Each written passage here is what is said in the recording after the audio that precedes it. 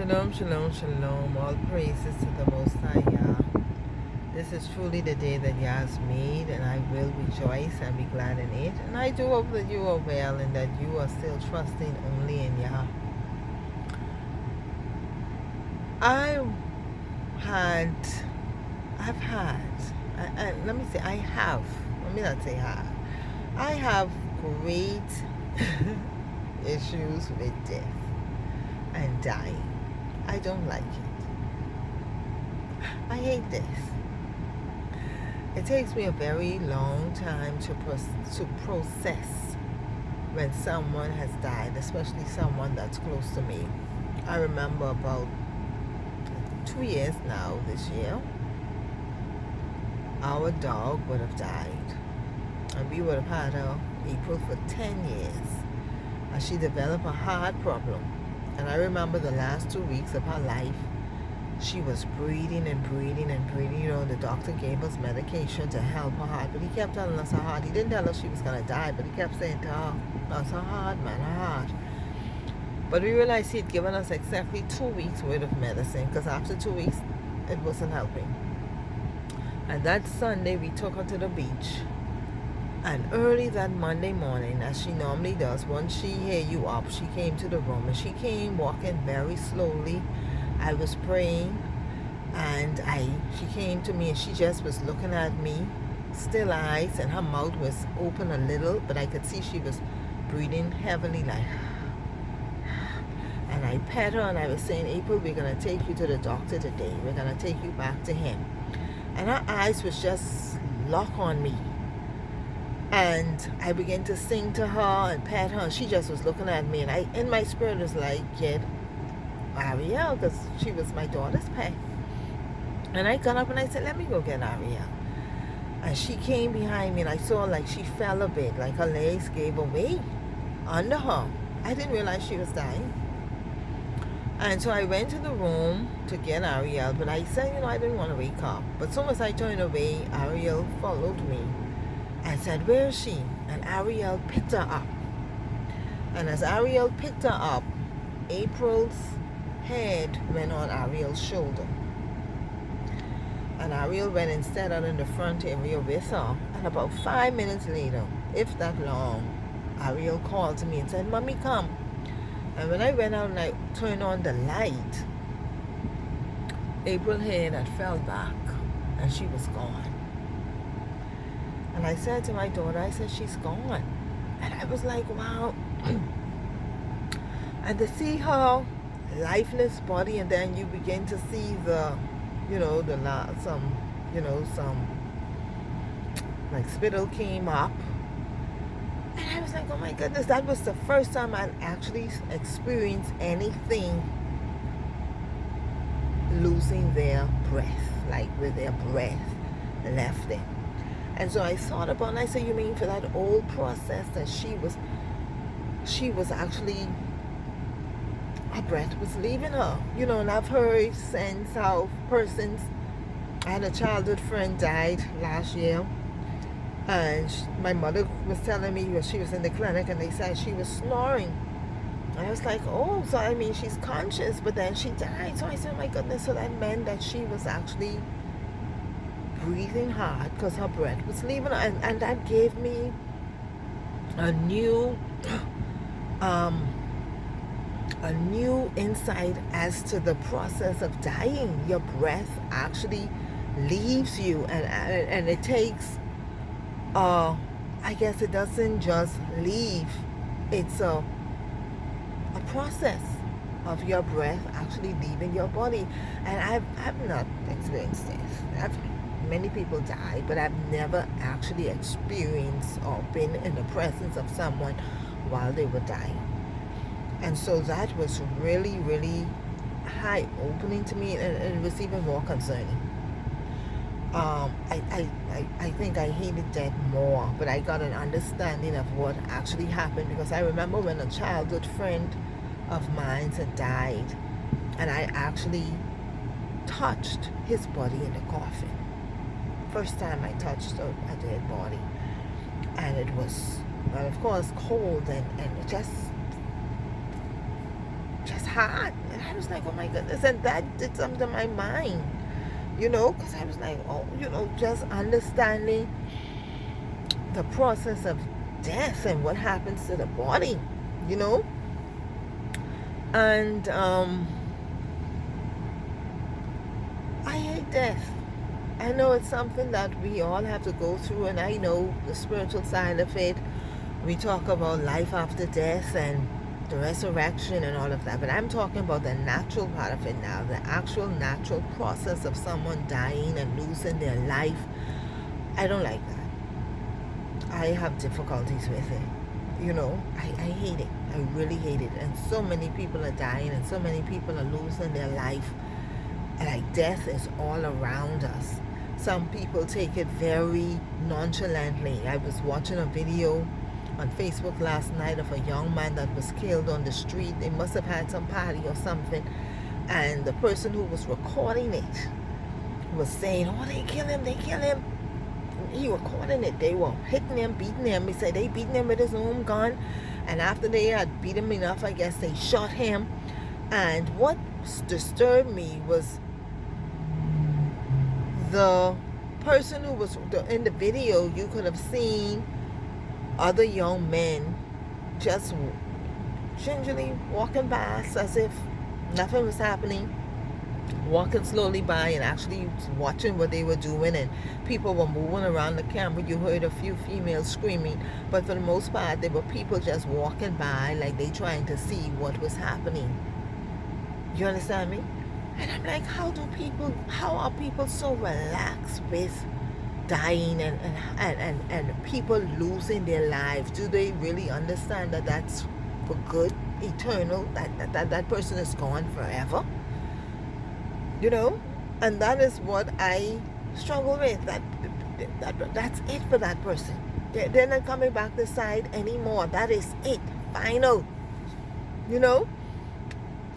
And I don't know if people really understand that, because I think if we understand that, we would not take death so lightly. And that is what's troubling me, the way we handle death. They have this thing with, they say that God promised us 10. That's not what the Father said, though. If you read in Genesis, I think it's Genesis 6, he said the man's life will be 120. Someone else said the 10 in Psalms. You understand me? And this is why I said before, the Bible contains the word of Yah, but not everything that's written in the Bible is the word of Yah.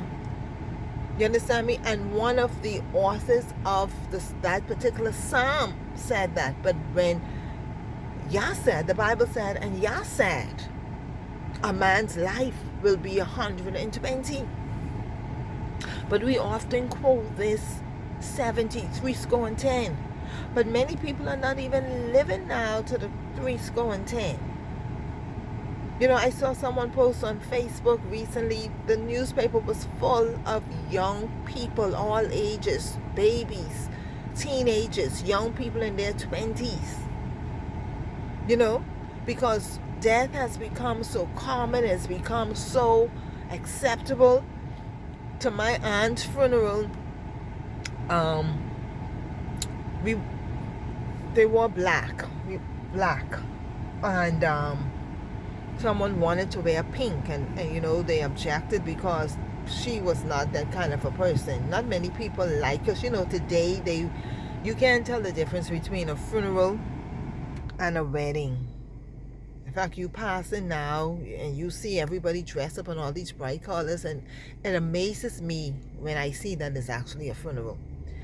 And years ago, I wrote an article on Facebook, and I said that you have what you embrace, and you're celebrating death. You're really celebrating death with all of this dress up. And you're talking about celebrating the life of somebody. You celebrate people's life while they are living. And we don't do that. But we wait until they die. And I think it is something sick about it. That when people die, you want to have all of this, what we can wear. And we wearing orange and aqua. And we wearing orange and beige. I think I saw a funeral where they wore orange and beige. And Then all these bright colors because we celebrating their life. That is crazy to me. You celebrate people's life while they're alive. And in many instances, these people were alive. And you would find that the person who not celebrating their life didn't talk to them, didn't visit them, didn't go to help them out. Probably heard they were sick and didn't take the time to go and see them while they were alive. But now that they dead, you want to celebrate their life, but they're home going in life celebration. That is, to me, that's the height of wickedness and hypocrisy. You understand? And with my aunt's death, I wrote a tribute on Facebook. I didn't say anything prior to that because, like I said, I have to process it. I have to take it in and accept that the person is dead. And what helped me to do that is actually seeing them in a coffin, believe it or not. I don't touch the bodies anymore, but I did go and just looked at my aunt in the coffin because I have fond memories of my aunt. You know, as a child, she was big and tall. At least she appeared tall, big and tall. Now that I'm tall, you know, but she was still on the heavy side. But I remember her walking from work when she would come from work, and I would be either playing in my yard or my grandmother's yard. But whenever she saw me, she had this smile on my face. You behaving? You behaving? You behave now. Behave. Come here. Take this home, because, you know, take this home to your sisters. And she would open her bag, and for every time she gave me a pile of cookies, homemade chocolate chip cookies, homemade chocolate chip cookies. A call came through. Homemade chocolate chip cookies, different cakes, little pastries, and stuff that she would have bought from her work. And every time, and so I used to look forward to seeing my Auntie Jelly.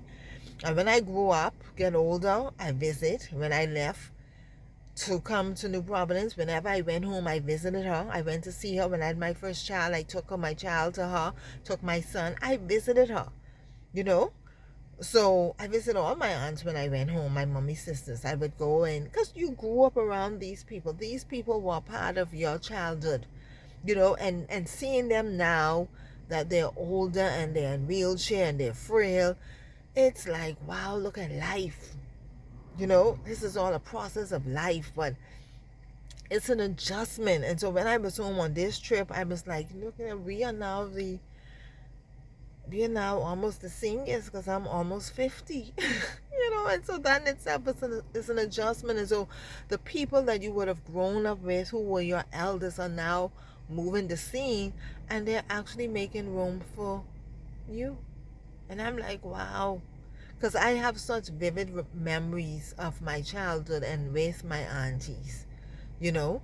And so seeing them now getting down in age, I'm having difficulties with it. My mother, you know, and I'm like, I said to find I'm not ready. I'm not ready for all of this. But life is moving on, and ready or not, here it is, you know. But one of the things in my aunt dying that I shared in Facebook about how you treat people while they're alive. You understand? And this is something we have to do. I said on Facebook, forgive. Let some things go. While people are alive, if there is an issue, deal with it. Persons may have had issues with my aunt and didn't deal with it. My aunt is gone now. You can't deal with that no more. You understand me? While people are alive and you can go to them and say, well, you know, A, B, or C, whatever it is, take the time and do that. I was saying on Facebook, be careful. Let's treat each other better. Let's treat our loved ones better. Celebrate people while they are alive. Show people that you appreciate them while they are alive. Put a value on people's life. We are living in a society now where there's no value for life. There's no value for life. Watching these videos and how people standing around watching someone else take another person's life is it is wicked. It is uncivilized to me. It shows a darkness that has come amongst us that is totally unacceptable, but it is an accepted behavior. It is so easy now to take someone's life. Life has no more value. And we see that in how we live. Do you understand me? We are alive, but we're not living. We're not enjoying life. People are living now and just going through the motions. They're just really, truly waiting to die. And I think that is a slap in the Father's face. That He would have given us the gift of life. He would have given us so much in this world. We have to enjoy life. And you have people who are living now waiting to die. And I want to encourage you to live while you're living. That means enjoy life. Take the time to enjoy the small things in life. Take the time to go to the beach. Take the time to wear your nice outfits. You understand me? Eat good food. I try to eat healthy, and sometimes I get some moments where I truck. But when I say to people I don't eat certain food, I remember someone saying to me, oh, you can die anyway. And I said to them, I'm not concerned about dying, I'm concerned about how I live. I do not want to live in pain. So I eat a certain way to keep my body healthy so I don't live in pain. The Bible said the dead knows nothing. So once you're dead, that's it. My aunt would have went through that process. It took about 3 or so days for her to die. My mother was praying that it wouldn't be long. You understand me? That the Father would have taken her quickly, because having to have somebody take care of you and having to change you, I don't think many people want to live like that. And my mother, my aunt expressed she had a relationship with the Father and she prayed. So chances are my aunt told her the Father take her because it was quick. My mother went to see her and she was up talking politics. She didn't know why the former prime minister didn't go sit down and what he trying to get back.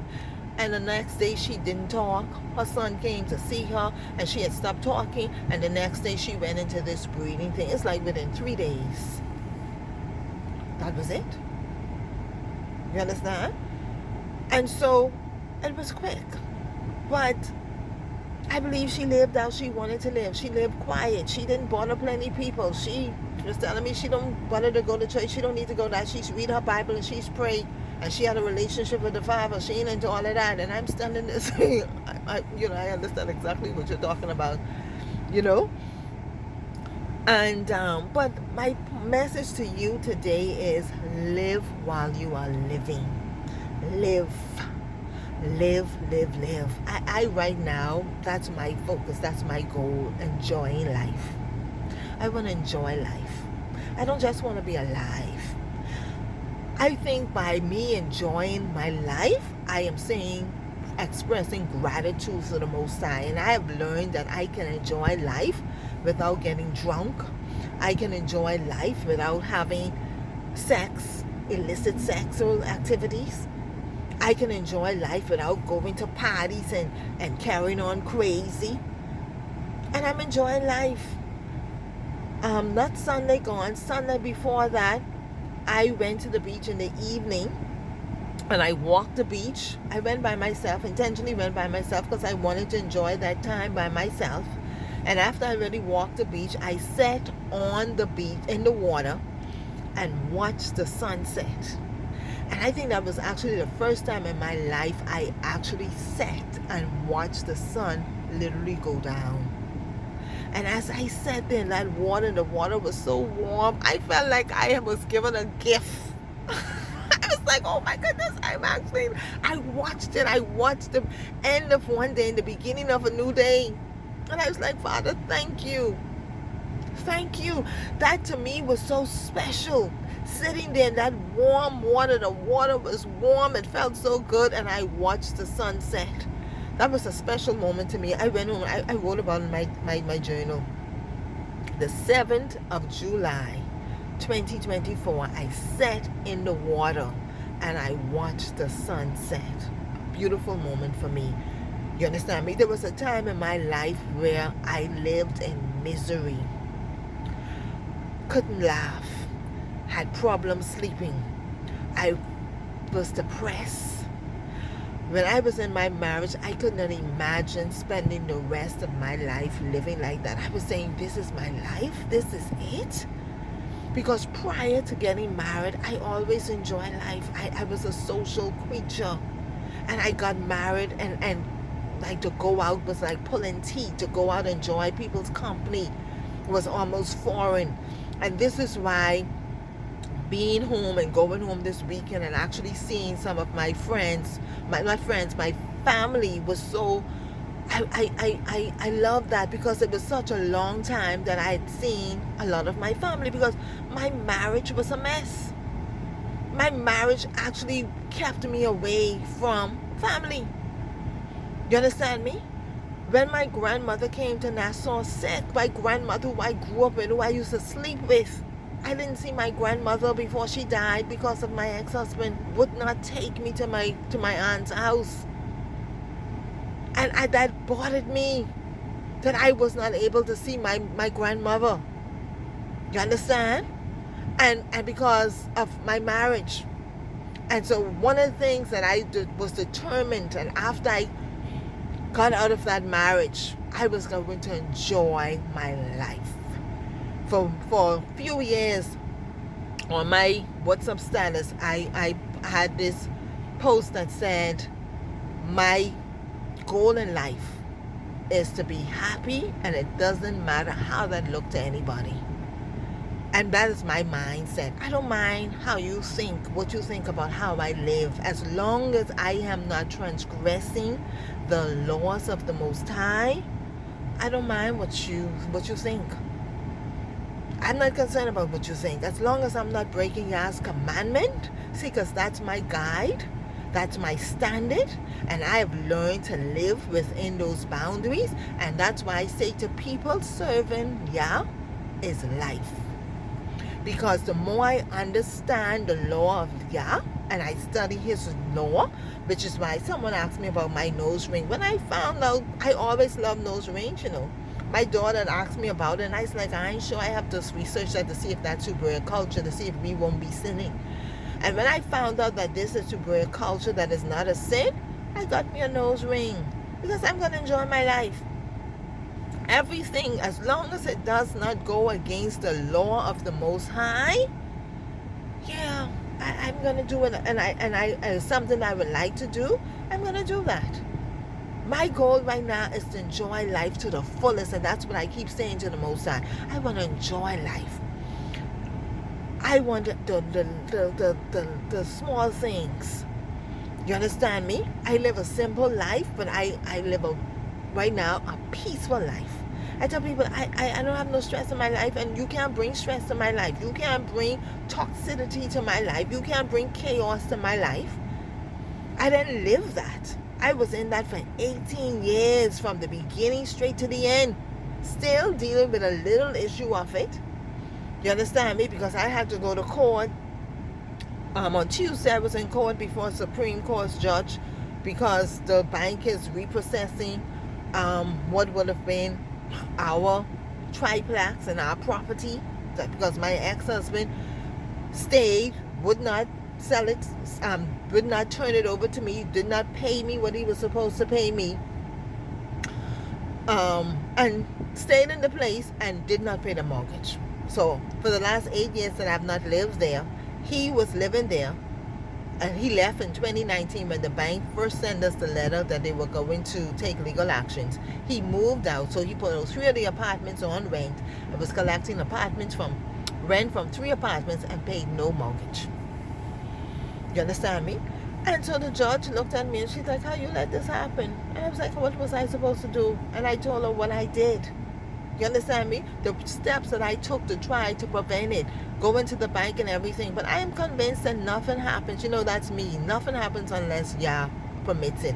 And the father, when I had to leave that property, he bid me release, let it go. You understand me? And so That bothered me. And I said to the father, even when I was going to go to the court, listen, that bothered me.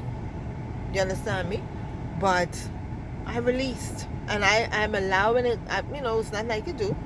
The judge made her a judgment. She granted the bank the rights to take back the property, and the only problem I have with that is that, I'm saying to them, I shouldn't have to pay the bank anything because my ex-husband took the money and used it how he wanted to. So that's what I'm dealing with now. But that's not going to stop me from enjoying life. I want closure. This year I've said to the father, this is year 8. I want this matter closed between my ex-husband and I, and this property. I want it resolved. I want it closed. So I'm happy that it got this far. He has 45 days to release it to the bank, and I just want that aspect of it closed, and then we'll see where we go from there. But I'm going to enjoy life. I'm going to take it one day at a time. The process, this journey, and in it, I'm allowing the Most High to be my guide. I'm allowing the law of Yah to be my standard. You understand me? But I want to encourage you. Live while you're living. Enjoy life. Make the law of Yah your standard, your boundaries. You understand me? And enjoy life. Yah is our life. And Deuteronomy, that's what the Father said, that I'm your life. Life, living, true living, is in Yah. And I know I've experienced, I'm living that the plan of Yah, the purpose of Yah for us, his way for us, his instructions to us is perfect. Was to give us a good life that we can enjoy, that so that we can enjoy the earth. Everything Yah put in the garden at the beginning was for us to enjoy, that we would live good lives on the earth. The food was so that our bodies would not deteriorate and that we would not live in pain. And that's what I told the person. I don't want to live in pain. That's why I eat the way I eat. Because my dad lived in pain before he died. My mother was living in pain. She just now, because she finally decided to drink the bush leaf that I've been telling, the bush that I've been telling her for years, the soursop leaf, and she told me 1 month after she started drinking that, the pains in her body, she doesn't have them no more. Yah planted us. What he gave to us, he said the leaves was for the healing. But we don't want to listen to that. We don't want to do that. We want to take the medicine. I took a boat ride to Eleuthera. And on that ride, the one man was saying how he on some kind of pills that has made this happen to him. And blood pressure pills. They work quick, he said. He eating and doing what he liked. But once he take those tablets, it get his blood pressure back to normal. But it is give him, he was listing off the other side effects. And the person who the lady was talking to was saying, but if you drink the leaves, you wouldn't have all of that. But he said, oh, don't work quick. She said, but you have to be consistent. And this is what people don't want. They want a quick fix, which is why they hold on to the medicine. They drink, they eat all kind of unclean animals, and then they want the medicine because they want a quick fix. Whereas the Father gave us a plan to eat, the leaves for our healing, which is a process. I drink soursop leaf. See my cup here? This soursop leaf. Tea. Every day. If it's not that, it's ginger, peppermint, and lemon tea. Every day. That's what I drink. From my son he was 2.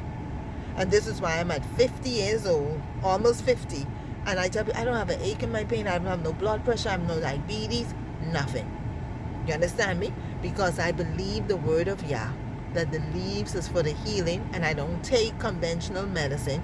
I drink my leaf. If something is happening, I find some bush, whatever tea, whatever leaf is for that, and that's what I take.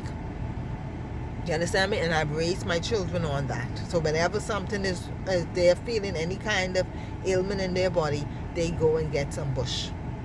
Because we live by the word. And the word of Yah is sure. His promises are yea and yea. And Yah wants us to enjoy life. He wants us to enjoy life. And so I want to encourage you to live while you are living. Enjoy life. Celebrate the people around you. Love on your family and friends. Show them that you care for them now. Do not wait until they're dead. You understand me? The last thing I said on Facebook was, when you say to somebody, rest in peace, you want to live in peace knowing that you are at peace with them. I think a lot of time people, when someone dies, the people who live are not at peace because you know that your relationship was not what it should have been and you can't make it right no more. And too many people are dying and having that experience because while the persons were alive, you didn't go and make peace. Make peace with people now. And I'm saying, how you want to die in that state and you talking about you can see God? You understand? Come on, man. Let's do this right. Live while you're living. Celebrate your family. Celebrate life while they're alive. Let people know while they're alive that you love them, that you care. Okay? Let's do this right. Life is a journey. It's a process. You understand me? And the Father gave us instructions for us to do it, to live life to the fullest and with enjoyment. So that's my encouragement for you today. Shalom.